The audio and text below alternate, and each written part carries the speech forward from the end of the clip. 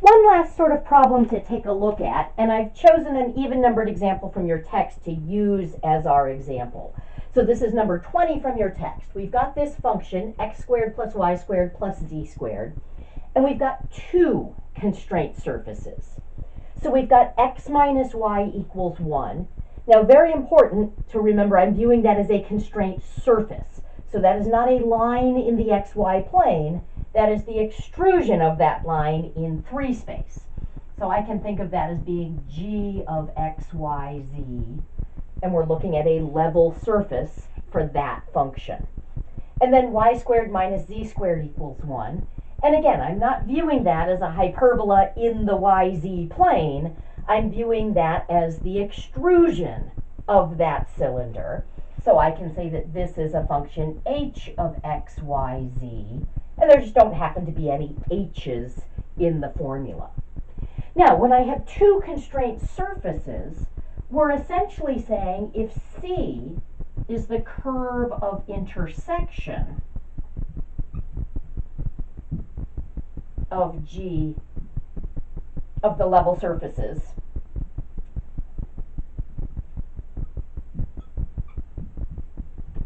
we've essentially got one constraint curve.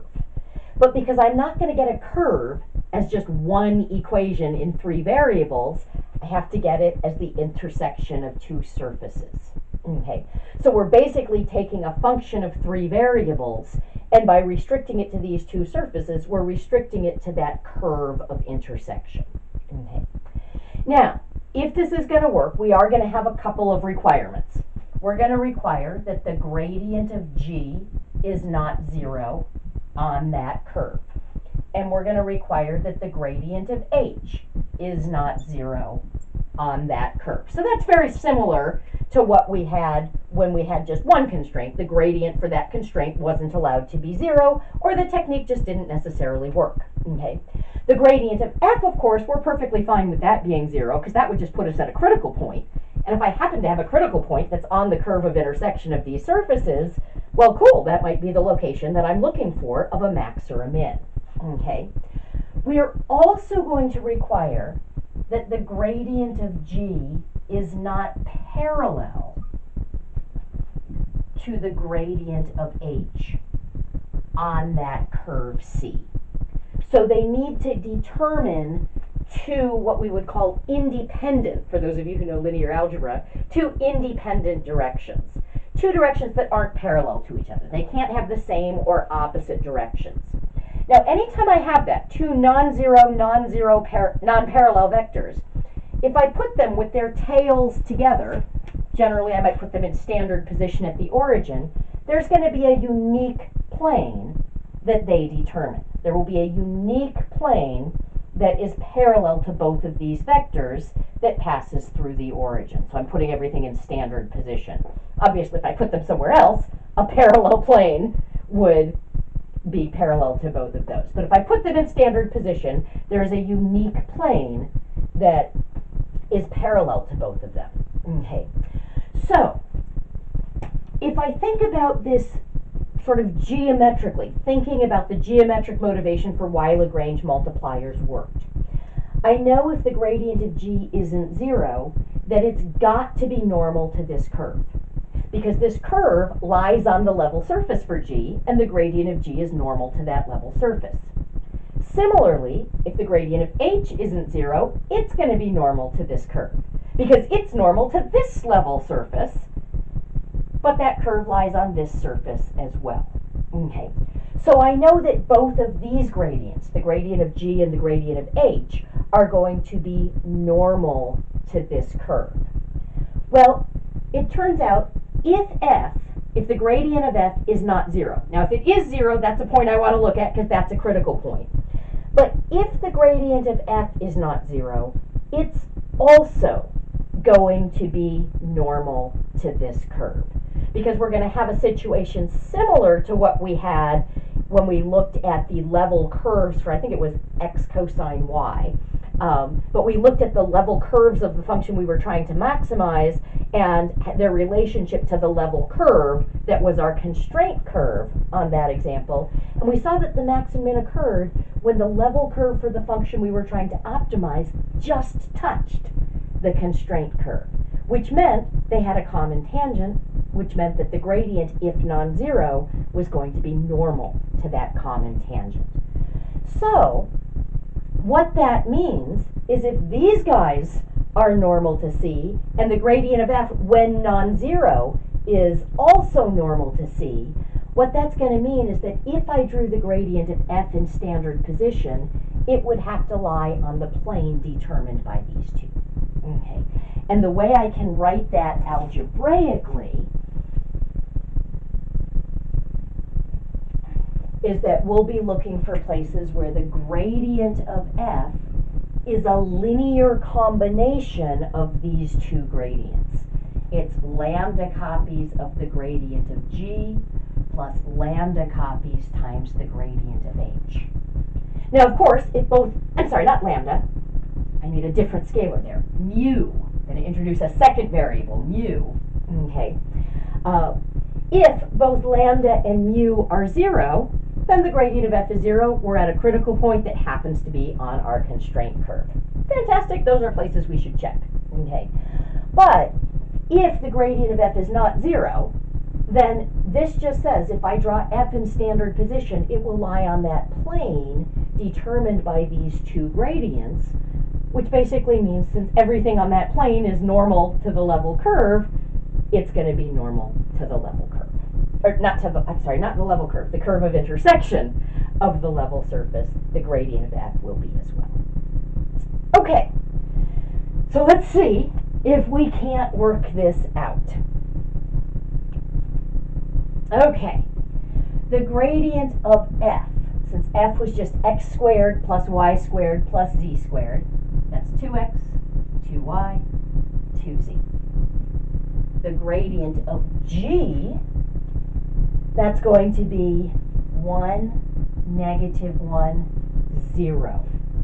Don't forget, this is going to be a level surface for this function of 3 variables. If there are no z's in the formula, that means the partial with respect to z is 0. Okay, I am working with this as a surface, not a curve in the xy plane. Okay. All right, and the gradient of h would be 0, because there are no x's in this formula, 2y, negative 2z. All right. This is not 0. This is not 0, assuming that the origin is, I'm sorry, that y and z can't be 0 on this curve of intersection. And y and z can't both be 0, or I wouldn't be on this particular surface. Okay, so both vectors are non-zero, and they're clearly never parallel to each other because 1 is never a multiple of 0. Fantastic. So I know I'm looking for places where the gradient of f is lambda times the gradient of g plus mu times the gradient of h. So that's 2x, 2y, 2z is lambda times 1, negative 1, 0 plus mu times 0, 2y, negative 2z.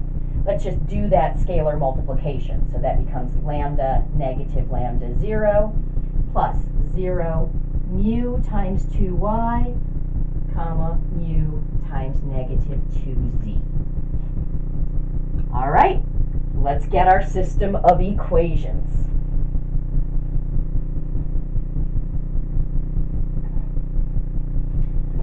So the first components have to be equal. So 2x, that's my first component here, is going to equal lambda plus 0. So 2x is lambda. The second components have to be equal. So 2y will equal negative lambda plus mu times 2y.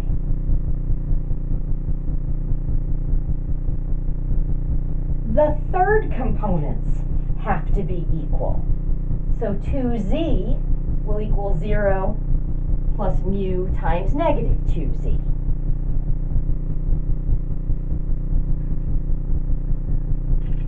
And then I'm going to have both constraint equations. So x minus y equals 1. And my fifth equation is y squared minus z squared equals 1. Notice I've got 5 equations, 5 unknowns. 3 of my unknowns are x, y, z. Those are going to be the coordinates of the points that I'm looking for. My other unknowns are these 2 scalars, lambda and mu. Now, when I just have one constraint, curve for a function of 2 variables or surface for a function of 3, I end up with one scalar that isn't a coordinate of a point, and it shows up in all but one of the equations. So I've got sort of an overarching strategy. I just always try to solve for lambda, set lambda equal to lambda, deal with the cases where I can't solve for lambda first, and then deal with the constraint.